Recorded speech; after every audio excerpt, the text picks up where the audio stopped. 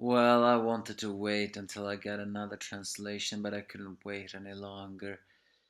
As we still don't really know what is happening. The Toriko manga is not slowing down its action pace. Last week, Toriko ate his red demon, or the red demon allowed jumped into Toriko's mouth. Who knows?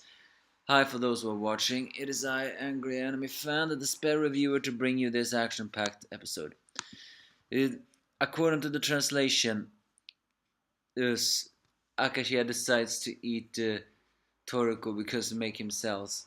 But Toriko sends Akashia flying all the way across the world with just one punch and catches him when he flies back. That is so awesome. But and he senses for Toriko the world feels very small now that he's eaten God. As the food spirit's ghosts disappear, Toriko has finally gained the main dish.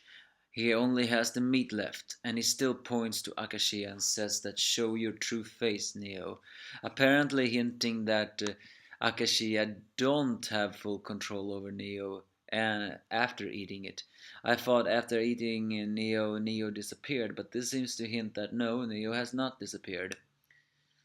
And in the end, I still wonder a bit of Akashia's personality. A lot seems to hint he was very depraved, but this chapter seems to further hint he just became depraved because he gave in to his appetite too much.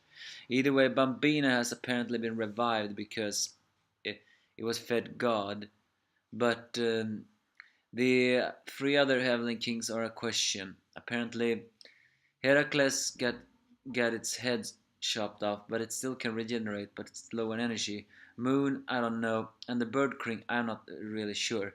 The Bird King looks like it's dead, but the translation says that it needs to regenerate its after directly being bitten by Neo, but it's said that those that get bitten by Neo disappear from existence. And what happened to the Snake King? Last time I saw it was in Moon's stomach.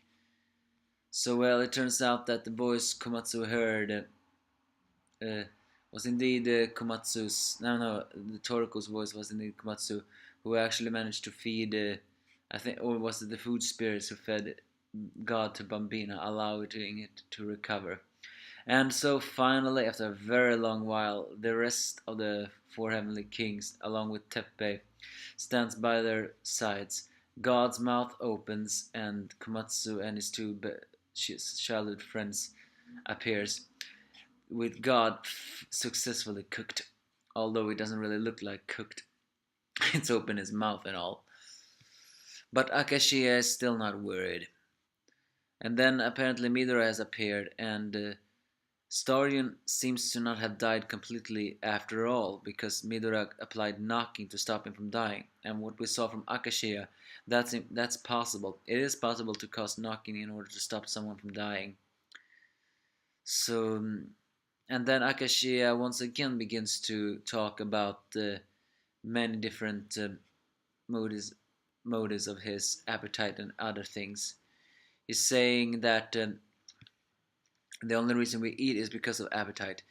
This further seems to hint that Akashia went mad because of his appetite, because for him, it's not needing that appetite is not something we survive of the fittest, nor something we want to eat. It's just by nature selfish, and there's something we want. So Toriko asks why were he and Stargian born, and Akashia says yes, appetite, because that's what's swelling up inside. And I guess that just further shows how depraved Akashia's mind had been. But I'm still wondering, was he always this depraved, or did the appetite and Neo corrupt him this much? But it seems too clear for Akashia there is no such thing as eating together or survival of the fittest. He's just hungry and we need to eat, selfishly. He then talks about the flavors, saying the flavor of the earth is the same, but he still adored the taste of despair. Well, we know that that was Neo's favorite dish, and it also seems to like to Akashia's too. So who knows? And then so Akashia decides to pull his strongest move yet, a gourmet hand that is somehow actually grabbing the earth itself. Come on! Quit with this despair. And it's even Per himself who says, whatever happens, do not despair. Finally, we switch to Aimaru, who's swimming through the lava or whatever it was. Reaching his limit, he finally reaches a light. When he arrives from there, he falls into a field full of food, the same kind of food utopia that Coco was talking about long, long ago. He has finally reached Area Zero, the food utopia, where volcanoes spitting out already done food. Do not know how that is going to help this situation and all this, but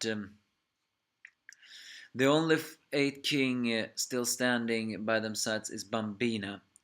But the other three of Coco, Sunny, and Zebra is back. So is Tepe and Branch, and now Per stands with them too against Akashia, along with Midora, who is holding an suspense animational Starjun.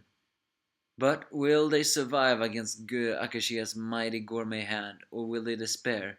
And what is Aimaru's meaning of finding that food utopia? It's not like that's gonna save them. Give me your thoughts, do you have any?